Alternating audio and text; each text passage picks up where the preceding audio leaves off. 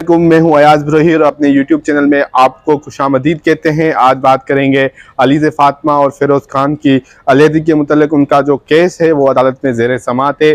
गुज़िश्ता समाअत पर अदालत ने फ़िरोज़ खान को जो है बच्चों से मुलाकात के हवाले से इजाज़त दे दी है और उस मुतल्लिक़ भी आपको आगाह किया था और अलीज़े को अहकाम जारी किए गए कि हर माह में जो है दो दिन जो है एक माह में मुलाकात जो है बच्चों के साथ कराई जाएगी। उसके अलावा हमने दीगर जो मालूमात है, जो हेयरिंग हुई थी या अलीज़े की जानिब से जो शवाहिद अदालत में पेश की गए थे या उन पर जो तशद्दुद हुआ था उसके मुताबिक तस्वीरें और पुलिस रिपोर्ट समेत जो अहमलों की रिपोर्ट है वो भी पेश की गई थी, वो आज हमने जो है हासिल कर ली है और एक्सक्लूसिव तौर पर वो आपके सामने रख रहे हैं। इसके मुतालिक जो है वो स्क्रीन पे भी आप देख रहे होंगे कि अलीज़े की तस्वीर जिस तरह से उस पर बेमाना तशद्दुद जो है वो किया गया। लास्ट समाअत पर ये मामला जो है वाज़े हो गए थे।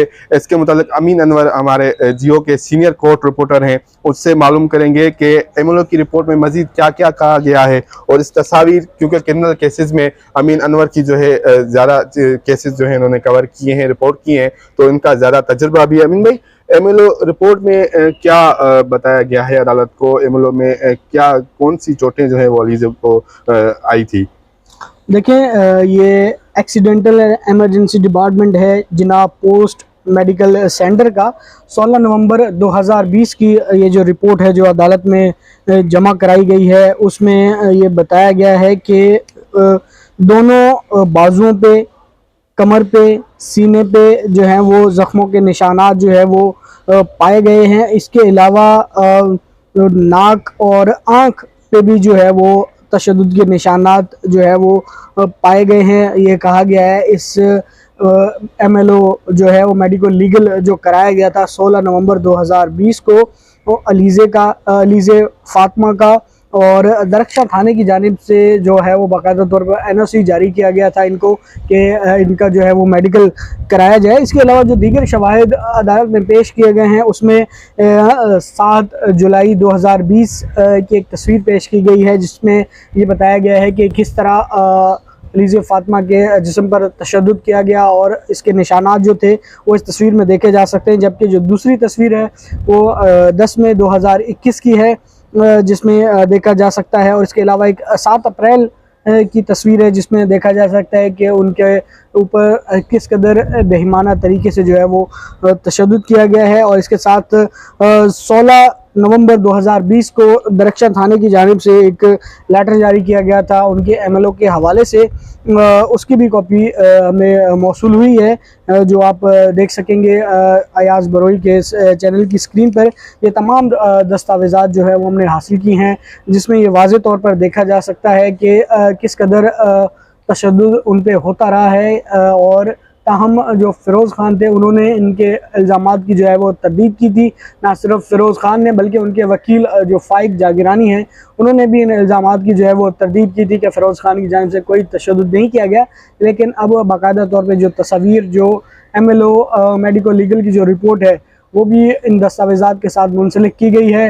और आपको भी मालूम है कि उन्होंने अदालत में भी ये बताया था कि असर व रसूख की वजह से पुलिस ने कार्रवाई जो है वो नहीं की गई थी, जबकि अब रवां साल मार्च में ही दोनों के दरमियान अलहदगी हो चुकी है और यही वजह बनी थी दोनों के दरमियान अलहदगी की कि तशद्दुद का निशाना बनाते रहे हैं। अब बाकायदा तौर पर जो शवाहिद उनके पास थे वो उन्होंने जमा करा दिए हैं और गुज़िश्ता समाअत पे अदालत ने बच्चों से मुलाकात के हवाले से जो फ़िरोज़ खान की दरख्वास्त थी उस पर एक हुक्मनामा भी जारी किया था जिसमें ये कहा था कि फ़िरोज़ खान की उनके बच्चों के साथ महीने में 2 मरतबा यानी कि हर 15 दिन बाद मुलाकात होगी और अहाता अदालत में ही ये मुलाकात होगी। फ़िरोज़ खान जब मुलाकात के लिए अदालत में आएंगे अपना पासपोर्ट और शनाख्ती कार्ड जमा कराएंगे। जब मुलाकात ख़त्म होगी 12 बजे से 1:30 बजे के दरमियान ये मुलाकात होगी, तकरीबन 1.5 घंटा उनकी बच्चों के साथ मुलाकात होगी हर महीने में 2 दिन। और उसके बाद मुलाकात के बाद उनको उनका पासपोर्ट और उनकी उनका जो शनाख्ती कार्ड है फ़िरोज़ खान का वो वापस किया जाएगा। इसके अलावा फ़ीस भी जो है वो मुकर्रर की गई थी और अदालत ने जो मज़ीद समाअत है इस हवाले से वो 1 नवंबर तक आपको पता है कि मुलतवी कर रखी है। अच्छा अमीन भाई, ये बता दें ये जो शवाहिद अलीज़े की जानिब से पेश की गए अदालत में, अदालत ने इनको रिकॉर्ड का हिस्सा बना लिया है, तो इससे जो फ़िरोज़ खान की जानिब से जो दरख्वास्त दायर की गई है गार्डियन वार्ड की, तो उस केस पे कोई असर पड़ सकता है? देखें अयाज भाई, जो गार्जियन वार्ड एक्ट है उसमें जो चीज़ें बताई गई हैं, जो बच्चा है जो मेल होता है उसकी उम्र 7 साल होनी चाहिए। 7 साल तक वो अपनी माँ के साथ रह सकता है। 7 साल के बाद वो बच्चे की मर्ज़ी भी मालूम की जाती है कि वो किसके पास रहना चाहता है। जबकि जो फीमेल होती है, जो बच्ची होती है, गार्जियन वार्ड एक्ट के तहत उसकी उम्र जो है वो बलूगत या शादी तक जो है वो माँ के पास जो है वो उसकी कस्टडी होती है। ताहम इसमें जो सबसे अहम नुक्ता है गार्जियन वार्ड एक्ट का, उसमें ये है कि वेलफेयर ऑफ द चाइल्ड जो है वो अदालत देखती है कि बच्चों की जो वेलफेयर है वो ज़्यादा किसके पास बेहतर रहेगी और कौन उनकी बेहतर परवरिश जो है वो कर सकता है। तो अदालत इस चीज़ को ज़रूर मद्देनज़र रखते कि जो गार्जियन वार्ड एक्ट है वो भी यही कहता है कि सबसे इम्पोर्टेंट जो है वो वेलफेयर ऑफ चाइल्ड है।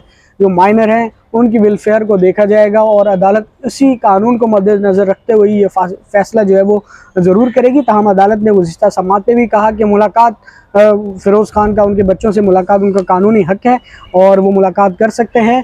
ताहम जो गार्जियन वार्ड एक्ट है उसके बारे में भी आपको बताया और एज लिमिट के हवाले से भी मैंने आपको बताया कि जो मेल माइनर है उसकी उम्र 7 साल और जो फीमेल माइनर है उसकी उम्र बलूगत और या फिर शादी तक जो कस्टडी है वो माँ के पास रहती है। और वेलफेयर ऑफ चाइल्ड ये सबसे इम्पोर्टेंट होता है, उसको देखा जाता है, उसके बाद अदालत कोई फैसला करती है। बहुत शुक्रिया अमीन।